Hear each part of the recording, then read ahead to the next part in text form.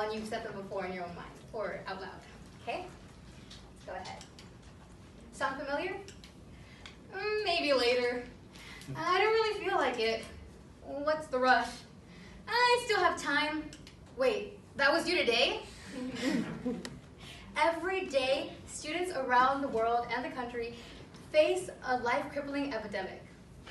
Not only does it eat away at their productivity, but it cuts at their ability to live life to the fullest. An online newspaper article from The Guardian states that about 70% of students exhibit this behavior. And I'm sure some of you guys already guessed it. It's pretty easy to find out, but today I'm talking about procrastination, okay? And procrastination. The Oxford Dictionary defines procrastination as the action of delaying or postponing something, right? So procrastination, we know what it is, and we know that everyone has procrastinated once in their lives. As college students, procrastination could be detrimental to our educational careers.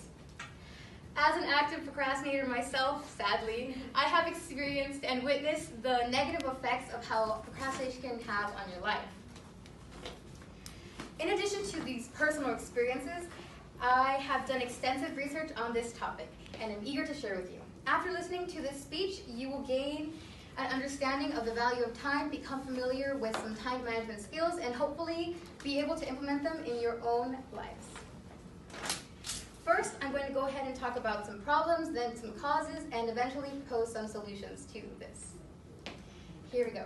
The first thing we're going to talk about are the problems. So we know that people procrastinate, but more specifically, what is the reason why people procrastinate? Well, people tend to view things in the future as less important or less real. The fact of getting a reward if you do something earlier or doing something later, it doesn't feel that painful, right? If we think about it, if I have a project due in 2 weeks, I'm not going to work on that project today because I have homework tomorrow and then I have another appointment tomorrow, right? A lot of us think that way and we focus on that. So the delayment of our progress is always done because of this. Joseph Ferrari, a psychology professor in university in Chicago, states that about 70% of college students procrastinate. So even though procrastination is common, it can also be detrimental. And we can also see this study done right here that shows that the later the assignment, the longer it will take for them to do that assignment. For example, if my assignment is due in a month, I may do it the night before. But if it is due maybe in like a week or so, I'll do it earlier. Another problem of procrastination is that procrastination can ruin your success in both your educational career and your your business life, right? Thrive Global, which is a business advice column, claims that procrastination also is self-sabotage. When we delay something, when we put something off, we are going to be causing for our assignments to lack the effort and the quality of doing it ahead of time. So procrastination can result in this. Okay. Here's an image real quick of 70%. 70% of college students procrastinate and the other percent don't. That is the statistic right there. So now we're going to go ahead and talk about some causes of procrastination. So we know people procrastinate, but we don't know, but why? Why do people procrastinate? The first reason is that people don't really know the value of time, right?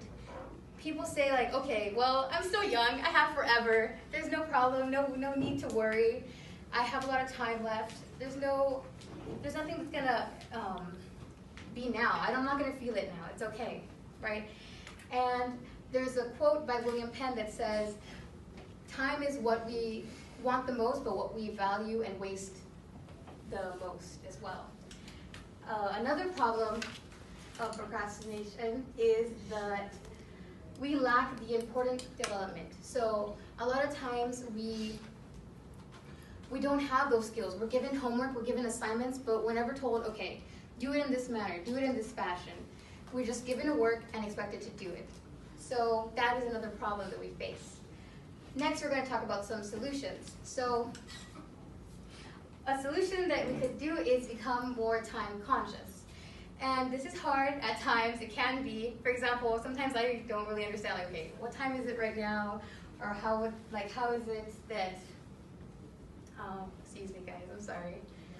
I don't really understand time sometimes, and I think a lot of us face that, where we don't really understand how time is going and how it's passing.